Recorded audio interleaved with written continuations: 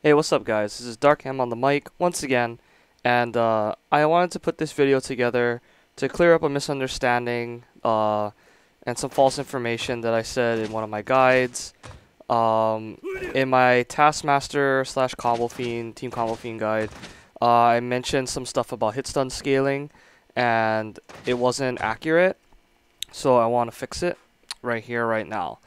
And let's basically just get right into it. What I said was there's a difference in this string and this string because of the sweep. I said that what the sweep does is it puts them in an airborne state earlier than this string, so therefore the combo scales harder, and that's just not true. Basically, the only hit that matters in any combo string is the first hit, and whether it's in the air or whether it's on the ground. So that's all that matters. This from this or from an anti-air jab, this doesn't really mean anything in terms of scaling the combo harder. What you have to keep in mind though is that when you're comboing, you're on an invisible clock, and when I say invisible clock, I mean that the HitStun scaling is getting worse and worse and worse, even without you attacking. So long as they're in that combo state, the clock is ticking and scaling gets worse and worse as it progresses. So you're basically in a race against time to finish your combo in a lot of situations, and most of the time I will say that it doesn't really matter.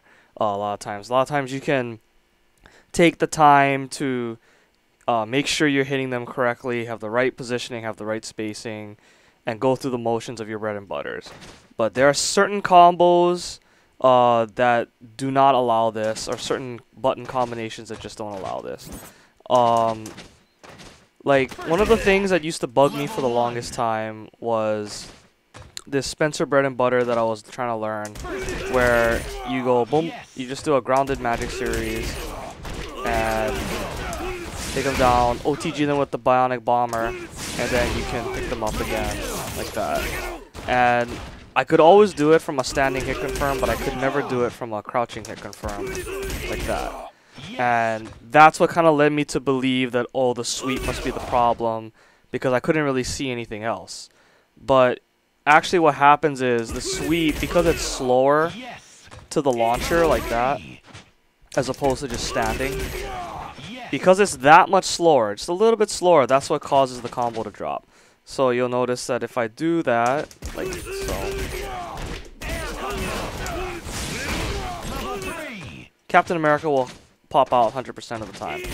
And yeah, that's basically just because at that point I've run out of time, because I chose to do a slow air combo and everything else.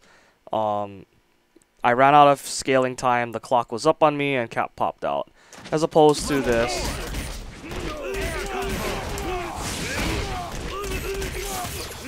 that little bit of time makes a big difference, as you can see.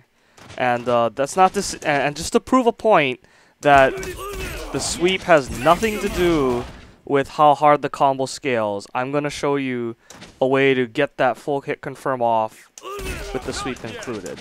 So just check it out.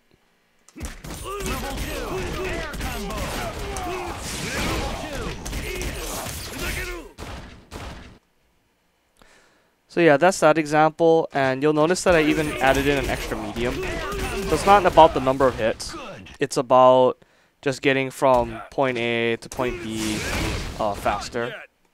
And this is just to debunk that whole theory that I had about how putting them into a juggled state earlier in the combo hurts them. No, it doesn't. All it does is just makes it slower overall in the combo and just runs the clock on you faster. And speaking of the clock, I want to make sure that I clear up a misconception that you guys might get from this. If you try to use a bunch of moves with a bunch of attacks with crappy hit stun early in a combo and you try to do it really fast, they'll probably still fall out regardless, because, you know, like if you tried to combo with like all kinds of jabs and stuff like that, they'd probably still fall out, because let's be honest, you know, jabs have crappy hit stun most of the time.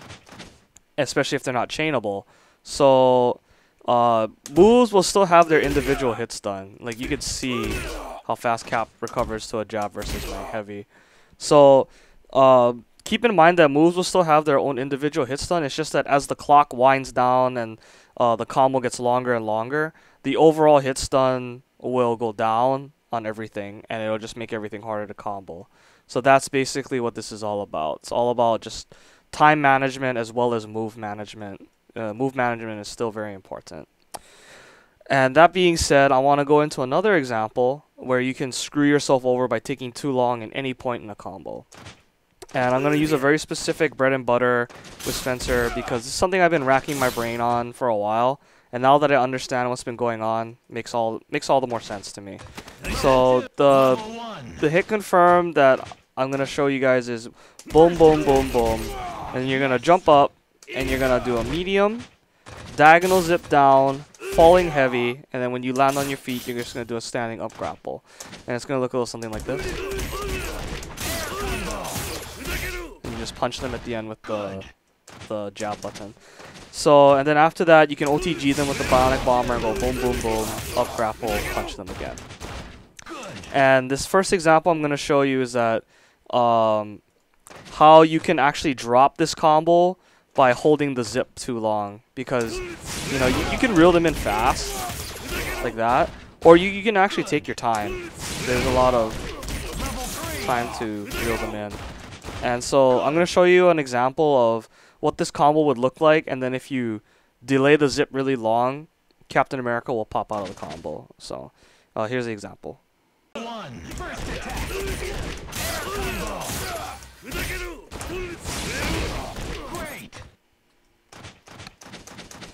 So yeah, as you could see, you know, it didn't even seem like that much time, but every frame, every second matters.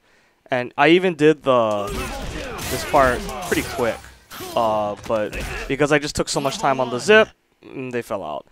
And the next thing I'm going to show you is to prove that it's not the zip necessarily or any specific move that's causing the combo to scale harder or whatever. I'm going to slow down the first part, which is this, all the way to the zip. And then I'm going to zip them really fast. And I'm going to pull them in right away. And just to show you that if you take too much time in pretty much any part of the combo, it can be bad news. So here's the example, and check it out. First attack. Combo. Great. So yeah, that's pretty much concrete proof that it's not about a certain move or anything like that. It's just that if you take too much time, you're gonna drop the combo, and there's just no getting around it. So you really have to be aware of how long the combo's been, you know, where you may have to cut corners and stuff like that. So definitely it's something that you want to consider if you're a Spencer player. You might want to pull them in as soon as possible, unless you have some specific reason not to, like for a certain assist or whatever. So, and I'm also going to show you now how you can use this whole timer thing to your advantage. Normally when you do this combo,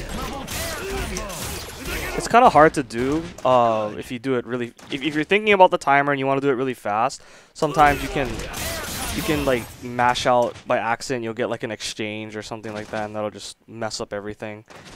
So you don't want to do it too fast, but at the same time you're thinking you can't take too much time. But you can actually do it kind of like at a moderate speed, and then zip them in really fast. Like you don't have to do it like super turtle speed slow like how I was showing you in the example, because sometimes that won't even combo anyway. But this example is going to show you how you can kind of do it at a moderate, reasonable tempo, and then still zip them in really, really quick at the end, taking advantage of how fast you can do it. And it'll all combo together when it's all said and done. So check the example out.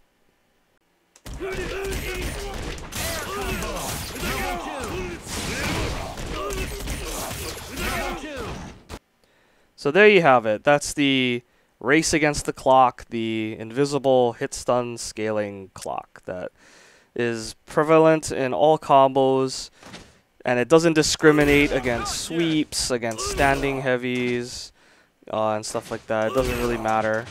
All it matters is how long are you taking, and is your time up yet or not. So that's basically my video on HitStun scaling. Again, I apologize for the mistake. I hope this clears it up a little bit. And again, thanks to everyone who left feedback. I appreciate it. And look forward to the next chapter in our lab videos where I go into more on the man with the bionic plan, Spencer. So until then, this is DarkM, and have a nice day and take care.